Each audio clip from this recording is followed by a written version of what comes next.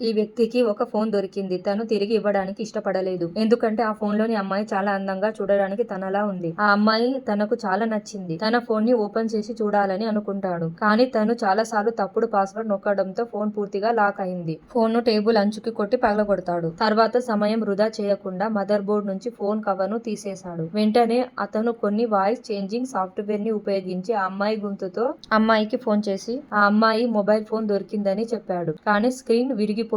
Phone బాగు చేయడానికి దుకాణదారునికి ఇచ్చాడని చెప్పాడు. నైని కాసేపు కూడా ఆలోచించకుండా తను చెప్పిన అడ్రస్ కి వెళ్తుంది. అక్కడ అంతా చీకటిగా ఉంది. ఎవరు ఉండరు అనుకుంటా. అయినా నైని తలుపులు తెరిచి చూడగానే తన ఫోన్ టేబుల్ పైన కనిపించింది. స్క్రీన్ పూర్తిగా పాడైపోయి ఉంటుంది. ఫోన్ ఇవ్వడం కోసం తన వివరాలు రాయమని నైనికి ఒక కాగితాన్ని ఇచ్చాడు. కానీ తనకు తెలియదు ఆ షాపు అతనే తన మొబైల్ దొరికిన వ్యక్తి అని. తను కాసేపు కూడా ఆలోచించకుండా తన వివరాలు, తన ఫోన్ పాస్వర్డ్ ను ఆ కాగితంలో రాస్తుంది. పాస్వర్డ్ ను ఉపయోగించి ఫోన్ తెరుచుకున్నాడు.